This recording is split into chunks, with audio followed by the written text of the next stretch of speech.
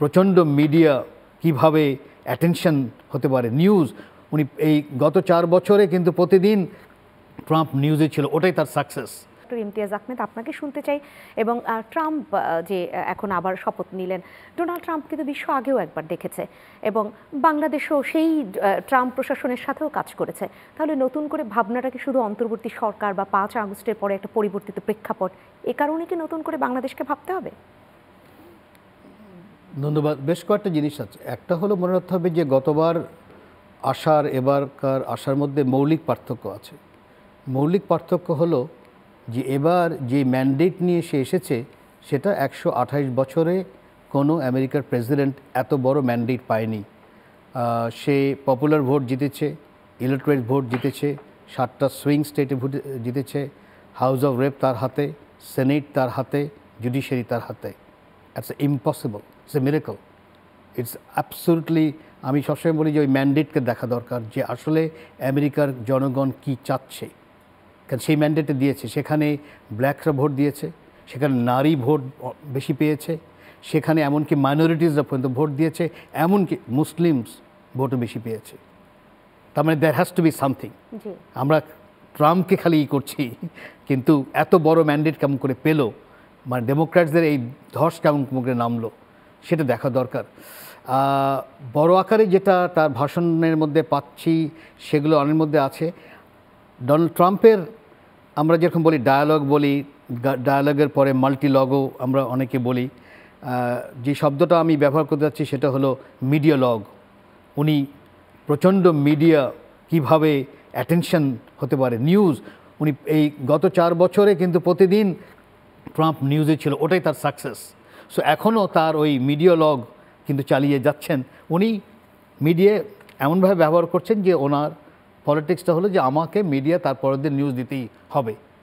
তাতে আমি কোনটা দেখব? আমি সেই মিডিয়ালগের উপরে দেব না, আমি তার কার্যত দেখব সে কাজ কি করছে, আপাতত যেই কাজ করছে। কারণ কথার মধ্যে সে অনেক কিছুই বলেছে। একটা হলো যুদ্ধ থামাতে চাচ্ছেন, সে বলেছে যে আমি যুদ্ধ চাই না, একদম স্পষ্ট বলেছে। এবং আরেকটা জিনিস খেয়াল রাখতে হবে, মেক আমেরিকা গ্রেট অ্যাগেইন, এই শব্দের মধ্যে একটা ইন্টারেস্টিং আছে, টুইস্ট আছে। সেটা হলো মেক আমেরিকা গ্রেট অ্যাগেইন মানে এখন সে গ্রেট না, এটা কিন্তু সে স্বীকার করে নিচ্ছে, তাই না? সে বলছে, এবং সে তার ইনগ্রাল ভাষণে বলেছে যে আজকে থেকে আমেরিকার ডিক্লাইনটা বন্ধ হলো। ইন্টারেস্টিং কিন্তু, তার মানে এতদিন ধরে ডিক্লাইন হচ্ছে, এটাই তো স্বীকার করেনি আমেরিকার প্রেসিডেন্টরা। তার মানে সে মাল্টিপোলার পৃথিবী সে মেনে নিচ্ছে তো। ইন্টারেস্টিং কিন্তু। এবং দাভোসের ভাষাটা আমি আনতে যাচ্ছিলাম এই কারণে, ইনগ্রাল ভাষণ আর দাভোস এই দুটোই বড় ভাষণ দিয়েছেন। দাভোসে তিনি স্পষ্ট বলছেন যে আমি ইউক্রেনে যুদ্ধ থামাতে চাচ্ছি কোনো অর্থনীতির কারণে না, আমি থামাতে চাচ্ছি যেহেতু সেখানে মানুষ মারা যাচ্ছে। এবং সে দাভোসদের যারা ইউরোপিয়ানস মূলত তাদের বলছে you don't have the figures, আমি জানি কত ইউক্রেনিয়ান ওখানে মারা যাচ্ছে প্রতিদিন, ওই জন্য আমি থামাতে চাচ্ছি। কোন প্রেসিডেন্ট এইভাবে বলেছে? ভিয়েতনামের যুদ্ধের সময়ও এত কোনো আমেরিকার প্রেসিডেন্ট এইভাবে বলেনি যে মানুষ মারা যাচ্ছে বলে আমি যুদ্ধ থামাতে চাচ্ছি। ইন্টারেস্টিং কিন্তু। আরেকটা জিনিস যেটা বলেছে ওটাও ইন্টারেস্টিং দাভোসে, সেটা হলো তিনি বলছেন যে আমি পুতিন আর শি জিনপিংয়ের সাথে এই 3 জন বসে আমরা একটা নিউক্লিয়ার ওয়ার্ল্ড করব। কারণ সে বলছে যে নিউক্লিয়ার ওয়েপন্স ওয়েস্টফুল। তার মানে মানে জিনিসটা হলো যে আমি দেখতে চাইবো সে কী করছে। এখন কি করছে তার মধ্যে একটা তো কোনো সন্দেহ নেই, বিশাল আমি মনে করি বড় একটা কাজ করেছে, সেটা হলো সিজফায়ারের ফার্স্ট ফেজ। আমি মানতে চাচ্ছি যে হ্যাঁ সেকেন্ড থার্ড ফোর্থ নাও হতে পারে, কিন্তু ফার্স্ট ফেজ তো আছে, এখনও আছে। এবং এই যে 90-এর উপরে যে প্যালেস্তিনিয়ান যে মুক্তি পেল, মানে খুব আই হ্যাভ টু সে খুব দুঃখজনক যে আমাদের মিডিয়া সেভাবে প্রচার করলো না। ওখানে নামি দামি প্যালেস্তিনিয়ান আছে, কিন্তু সাংঘাতিক অন্যতম অ্যাক্টিভিস্ট যারা তারাও কিন্তু ওখানে আছেন। এই যে 90 জনের উপরে মুক্তি পেল প্যালেস্তিনিয়ানস, এটা তো বিশাল মানে কী বলে, এবং কী প্রেশারে দিয়ে এনেছেন।